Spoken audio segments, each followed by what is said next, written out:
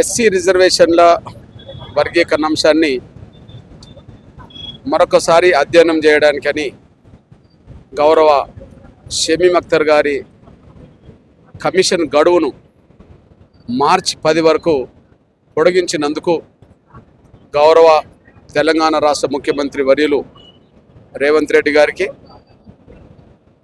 SC వర్గీకరణ మీద నియమించబడ్డ మంత్రివర్గ ఉపసంఘానికి చైర్మన్గా ఉండబడే గౌరవ ఉత్తమ్ కుమార్ రెడ్డి గారికి ముందు దళితులందరి పక్షాన, మాలయేతర దళితులందరి పక్షాన ప్రభుత్వానికి ధన్యవాదాలు చెప్తున్నాం. గతంలో ఇచ్చిన షమీమ్ అఖ్తర్ గారు ఇచ్చిన నివేదికలో రిజర్వేషన్ల పర్సెంటేజ్ ఏ వర్గానికి ఎంత కేటాయించడంలోనూ, వర్గీకరణ విషయంలో ఏ వర్గాన్ని ఏ గ్రూపులో చేర్చే విషయంలోనూ కొన్ని శాస్త్రీయబద్ధమైన నిర్ణయాలు కాకుండా కొంత శాస్త్రీయబద్ధత లేని నిర్ణయాలు జరిగినట్టుగా మేము ప్రభుత్వం దృష్టికి తీసుకొచ్చాం. గణాంకాలు, వివిధ సామాజిక వర్గాల ఆర్థిక రాజకీయ పరిస్థితులను ప్రభుత్వం దృష్టికి తీసుకొచ్చి మరొకసారి ఈ విషయాన్ని పునఃసమీక్ష చేసే విధంగా ముందుకు సాగాలని చెప్పి గౌరవ ముఖ్యమంత్రి గారికి మొన్న పోయిన వారం క్రితం మేమేదైతే విజ్ఞప్తి చేశామో ఆ విజ్ఞప్తికి స్పందించి మేము లేవనెత్తిన అంశాల్లో కొంత వాస్తవాలు ఉన్నాయేమోనని చెప్పి భావించుకొని షమీమ్ అఖ్తర్ గారి కమిషన్ నివేదికను పొడిగించడం జరిగింది. అందుకు పెద్ద మనసుతో మా అభిప్రాయాలను గౌరవించినందుకు ముఖ్యమంత్రి గారికి, సబ్ కమిటీ చైర్మన్ గారికి మేము ధన్యవాదాలు చెప్తున్నాం. అదే సమయంలో భవిష్యత్తులో మరిన్ని లోపాలు జరగకుండా, భవిష్యత్తులో ఎలాంటి అశాస్త్రీయమైన నిర్ణయాలు జరగకుండా ముందుకు సాగే విధంగా ప్రభుత్వం మార్గనిర్దేశాలు జారీ చేయాలని చెప్పి నేను కోరుతున్నాను. ఈరోజు నా మాల దాసరి సంక్షేమ సంఘం ఆధ్వర్యంలో ఈ సమావేశం జరిగింది. మేము సి గ్రూపులో ఉండడం వల్ల, ముఖ్యంగా మాలలున్న గ్రూపులు ఉండడం వల్ల మాకు ప్రయోజనం కంటే నష్టమే ఎక్కువ జరుగుతుందని చెప్పి వాళ్ళ భావనలో ఉన్నది. అందుకనే ఏబిసిడి వర్గీకరణ జరగాలని మేము కోరుకుంటున్నాం.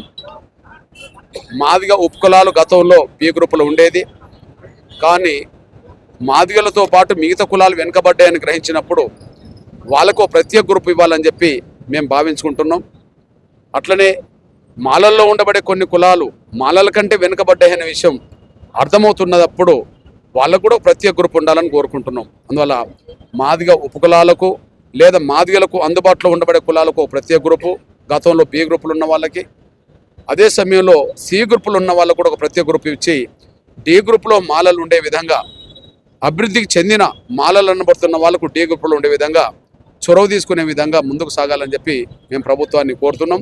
కమిషన్ ముందు కూడా అదే అభిప్రాయం వ్యక్తం చేస్తున్నాం. ఇప్పుడు ఏ మాల దాసరులు అయితే ఇవాళ ఎంఆర్పిఎస్ చేయుత కోసం నిలబడ్డారో, అండ కోసం నిలబడ్డారో, ఖచ్చితంగా దళితుల్లో ఉండబడే అన్ని కులాలకు న్యాయం జరగాలనేదే ఎంఆర్పిఎస్ పోరాటం తప్ప వర్గీకరణ ద్వారా మాలల్ని కావాలని వ్యతిరేకించాలనో లేదా వర్గీకరణ ద్వారా మాత్రమే మాదిగలు దోసుకోవాలనో మాకెప్పుడు ఆలోచన లేదు. అందరికీ న్యాయం జరగాలని పోరాటమే ఎంఆర్పిఎస్ చేస్తుంది. ఇప్పుడు ఎవరెవరికి కొంత వర్గీకరణ కమిషన్ నివేదికలో అసంతృప్తులు ఉన్నాయో ఆ అసంతృప్తులను లేకుండా చేసే విధంగానే అందరికీ న్యాయం జరిగే విషయంలోనే ఎంఆర్పిఎస్ పాత్ర పోషిస్తుంది. అందులో భాగంగా ఖచ్చితంగా నా మాలదాసుల సంక్షేమం కోసం కూడా నేను నిలబడతాననే విషయం కూడా గుర్తు చేస్తున్నా. మార్చి 10 తర్వాత అభినందన డప్పు ఉంటుందా, లేకపోతే సాగు డప్పు ఉంటుందా, లేక అసలు డప్పు ఉంటుందా ఉండదా అన్న మార్చి 10 తారీఖు తర్వాత? నువ్వు ఏ డప్పు కొట్టమంటే గా డప్పు కొడతా. పూజారిని వెళ్ళి పూజారిని కలిసి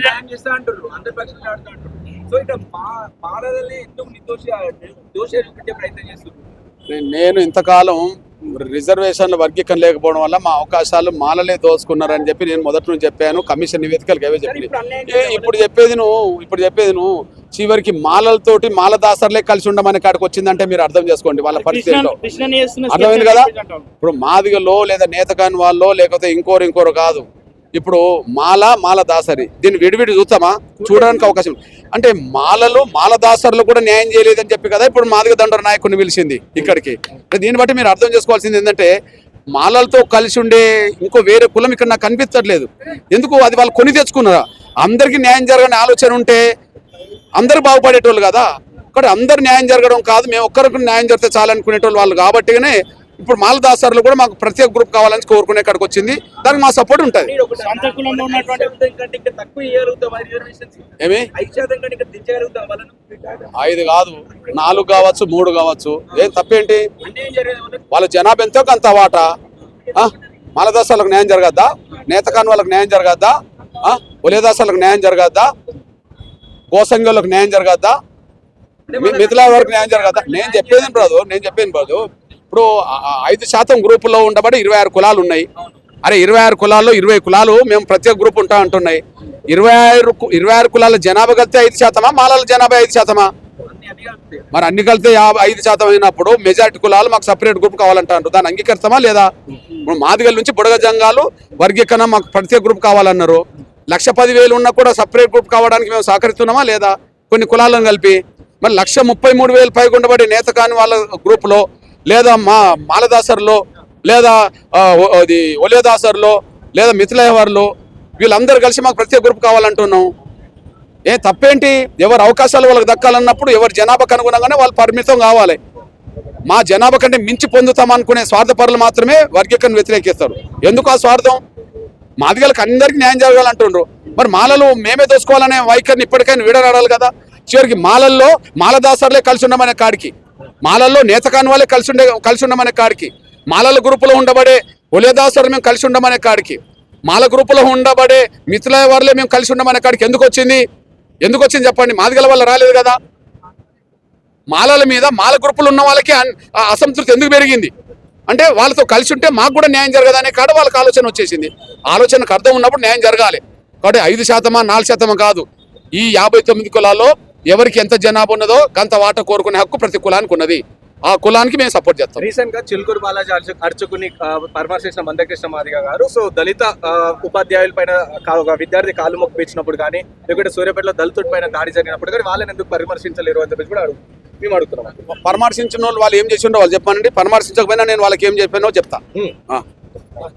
ఉండమనే కాడికి, మాలల్లో నేతకాని వాళ్ళే కలిసి ఉండమనే కాడికి, మాలల గ్రూపులో ఉండబడే ఒలేదాసరు మేము కలిసి ఉండమనే కాడికి, మాల గ్రూపులో ఉండబడే మిథిలా వారులే మేము కలిసి ఉండమనే కాడికి ఎందుకు వచ్చింది చెప్పండి? మాదిగల వల్ల రాలేదు కదా. మాలల మీద మాల గ్రూపులు ఉన్న వాళ్ళకి అసంతృప్తి ఎందుకు పెరిగింది అంటే వాళ్ళతో కలిసి ఉంటే మాకు కూడా న్యాయం జరగదనే కాడ వాళ్ళకి ఆలోచన వచ్చేసింది. ఆలోచనకు అర్థం ఉన్నప్పుడు న్యాయం జరగాలి. కాబట్టి 5%, 4% కాదు, ఈ 59 కులాల్లో ఎవరికి ఎంత జనాభా ఉన్నదో గంత వాట కోరుకునే హక్కు ప్రతి కులానికి ఉన్నది. ఆ కులానికి మేము సపోర్ట్ చేస్తాం. రీసెంట్ గా చిలుకూరు బాలాజీ అర్చకుని పరామర్శించిన మందకృష్ణ మాదిగ గారు దళిత ఉపాధ్యాయుల పైన ఒక విద్యార్థి కాలు మొక్కు పెంచినప్పుడు కానీ, లేకుంటే సూర్యాపేటలో దళితుడి పైన దాడి జరిగినప్పుడు కానీ వాళ్ళని ఎందుకు పరామర్శించలేరు అని చెప్పి కూడా మేము అడుగుతున్నాం. పరామర్శించిన వాళ్ళు ఏం చేసిండో వాళ్ళు చెప్పానండి. పరామర్శించకపోయినా నేను వాళ్ళకి ఏం చెప్పానో చెప్తా.